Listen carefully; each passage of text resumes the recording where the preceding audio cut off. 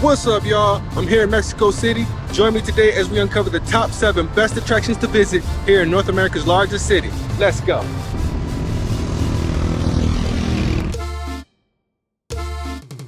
Starting here at Templo Mayor. This place here was first built in the year 1325 AD. Here's the entrance to the museum here. This museum was inaugurated in 1987 and was designed to exhibit the archaeological findings in this area that used to be the main temple of the Mexican peoples. Much of the stone was used to build the cathedral right there. This area originally contained a total of 78 buildings that made up the complex which is called Templo Mayor, or the Great Temple of Mexico. Each building was a ceremonial center with unique designated names that corresponded to different parts of the empire. The construction of this complex was carried out in 7 stages over the course of 2 centuries, and this is a model reconstruction of what it looked like.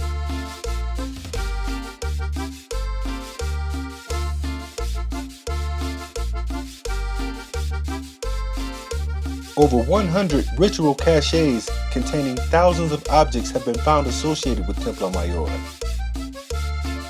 Some offerings containing items related to water, like coral, shells, crocodile skeletons, and vessels depicting various gods.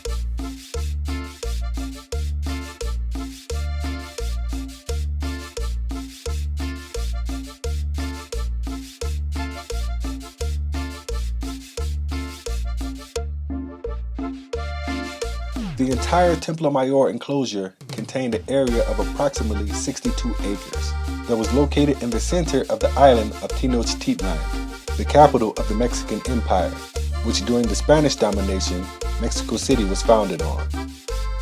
And in the 3 main roads of this complex, all pointed toward cardinal points, north, south, and west. After leaving the doorstep of the Museum of Templo Mayor, we come to our next spot. Known as the Central Plaza of the city, and often referred to as the Central Plaza of the entire country.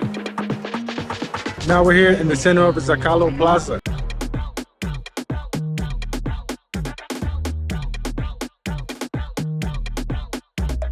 This plaza is a frequent site of many important events that take place here in the city. Throughout the year, it hosts events, fairs, carnivals, concerts, parades, and more. Hola, ¿cómo estás? ¿Alguna foto, Foto? The people here seem very friendly, and I even got photobombed by this one guy. But it's all in good fun. Zocalo Plaza is bordered by the Metropolitan Cathedral of Mexico City to the north. To the south, the Palace of the City Government and its twin. To the east is the National Palace, and private buildings are all in the west.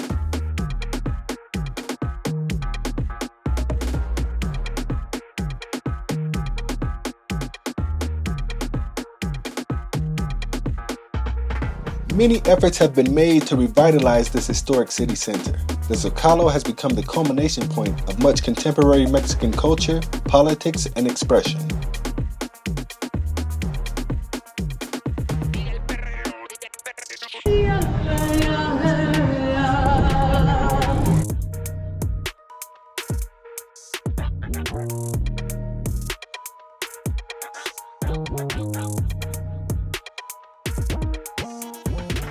I was lucky enough to visit here at the time of the Festival of the Indigenous Cultures, an event that I highly suggest you guys check out.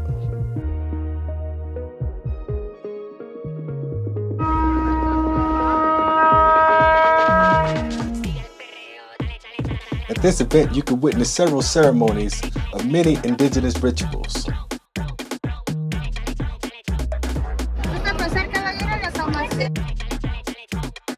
That was Zocalo Plaza. On to the next one. Then we travel to another part of the city and visit Chapecoto Park.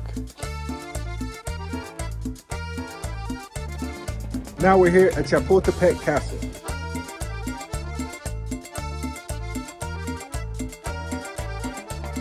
Located on top of a hill in Mexico City's Chapultepec Park, the name actually means on the hill of the grasshopper.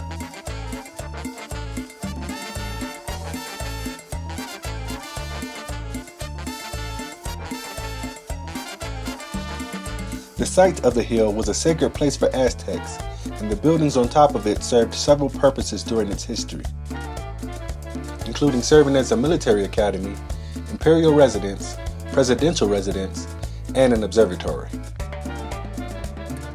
This castle was built during the Viceroyalty of New Spain as a summer house for the highest colonial administrator, the Viceroy.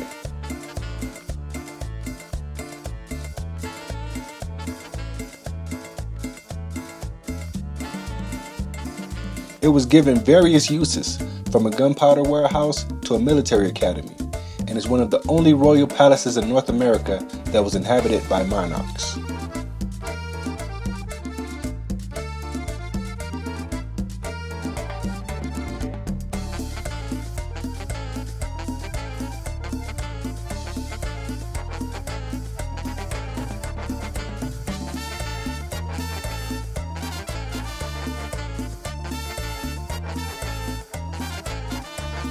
The castle was abandoned during the Mexican War of Independence, and for many years until 1833, the building was decreed to become a location for a military college.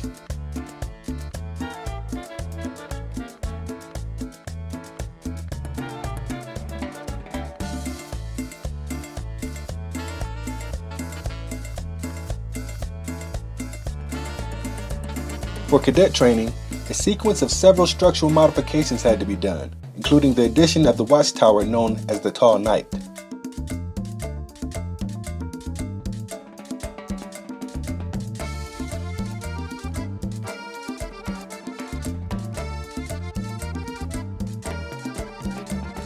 The castle was given new life in 1882, when the then president declared it the official residence of the President of Mexico. With few exceptions, all succeeding presidents lived there until 1934, when the president then decided to move the official residence to Los Pinos. As we take a little excursion toward the edge of Mexico City, our fourth spot brings us to the Basilica of Our Lady of Guadalupe.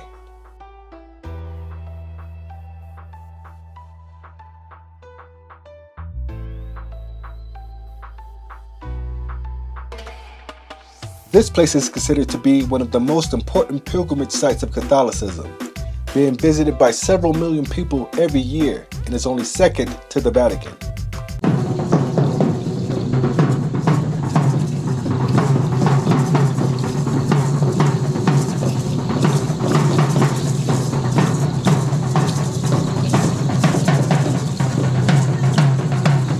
This building was the original location of the basilica, but it had to be replaced due to the building's constant sinking into the earth each year.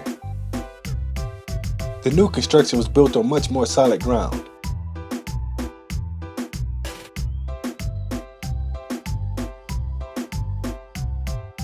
Not only home to the basilica, these grounds boast multiple religious structures.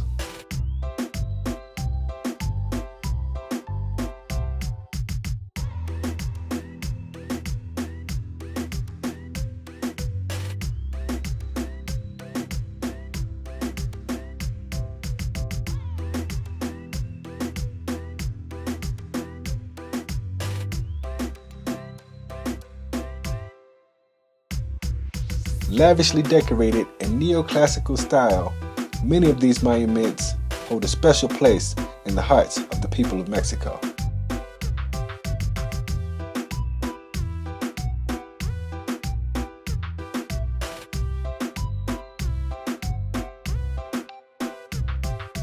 Like the sculpture that was created in front of this serene man-made waterfall, which depicts the image of the Lady of Guadalupe appearing in front of the native population.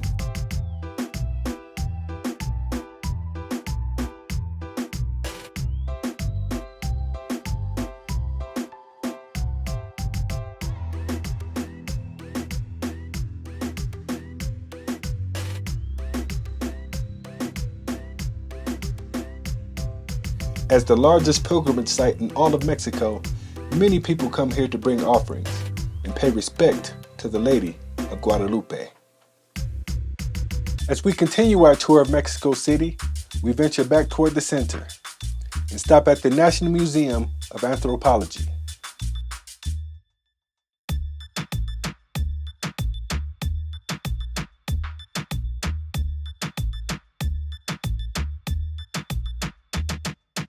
This place contains the world's largest collection of ancient Mexican art, along with various other indigenous groups that flourished here in the ancient times.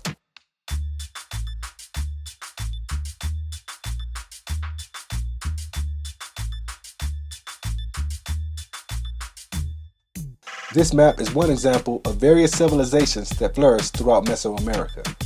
This place is absolutely huge.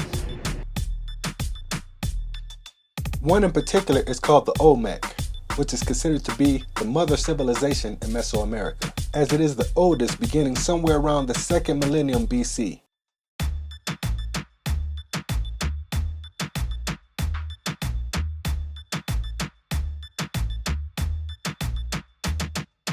As I continue to look around, I see some artifacts that seem strange to be found in this part of the world.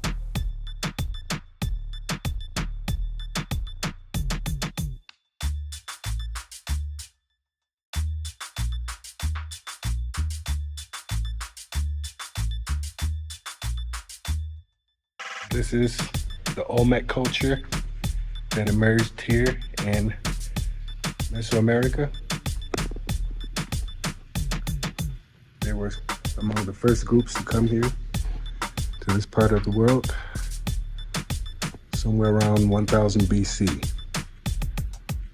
And noticeably has distinct features that is unique among the native population here in Mesoamerica.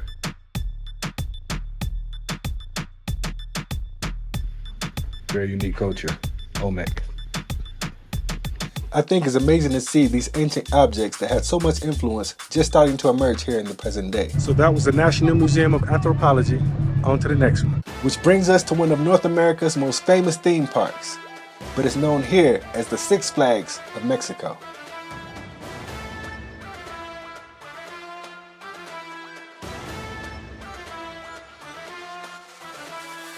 This park is known for the characters that are featured in Looney Tunes that bring fun and energy and excitement to the people that visit this park.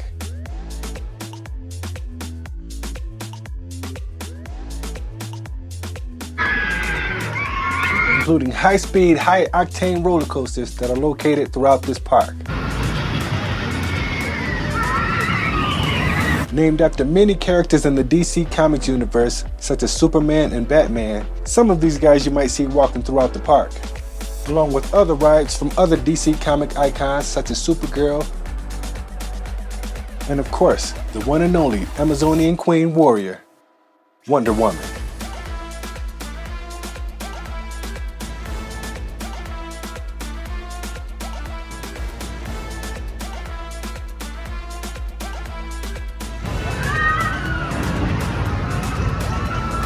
With such a large variety of rides throughout the park, there's something here for people of all ages, including those that come with the family.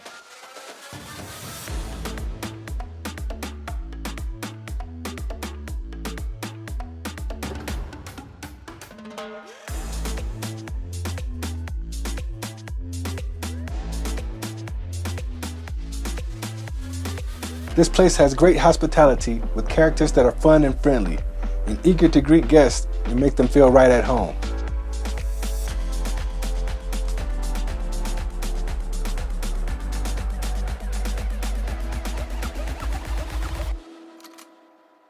In addition to the rides and characters, they also have carnival games where you can try your luck and see if you can come out on top with a prize.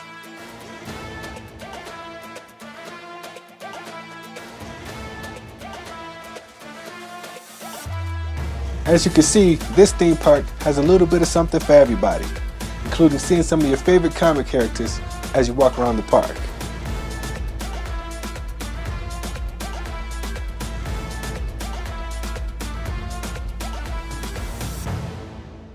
Next, we have to take a bus ride about a half hour outside of the city before we arrive at our final attraction on this list.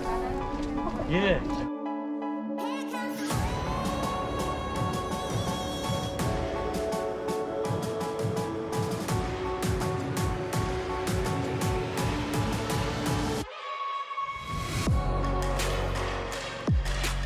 Now we're here at Teotihuacan.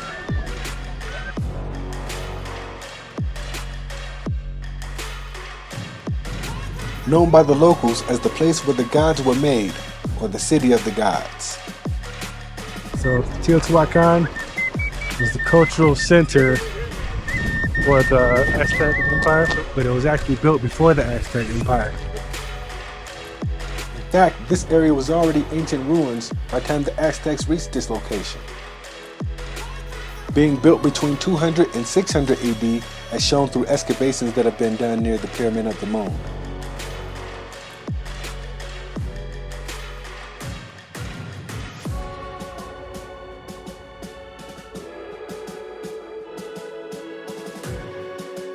At one time, he was able to climb these pyramids, but now they have been blocked off because several instances of vandalism. But hey, that's how it goes.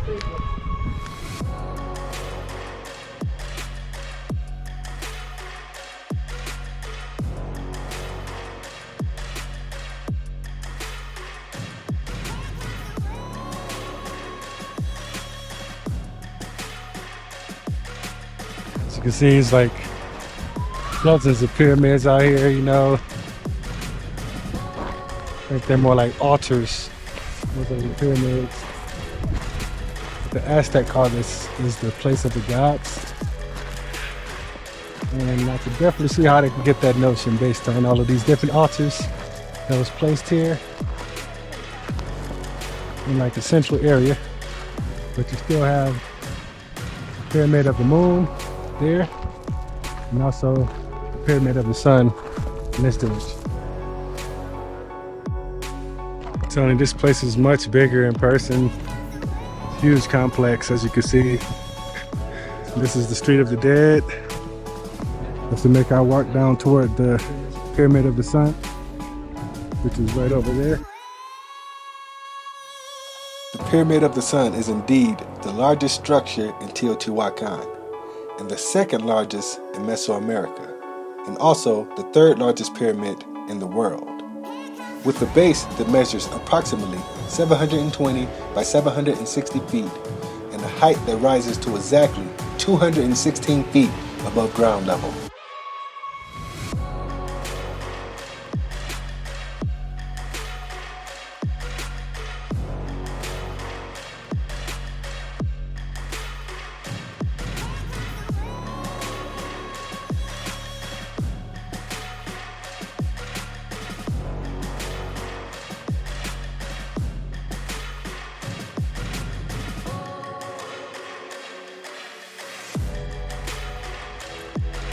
So that was our list of the top 7 best attractions to visit here in Mexico City. I hope you guys enjoyed. If you did, make sure you hit that like button, comment, and subscribe.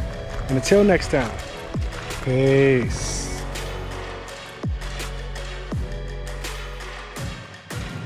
Also, don't forget to hit that notification bell so you never miss a new video, as there's much more to come in the future in this travel series.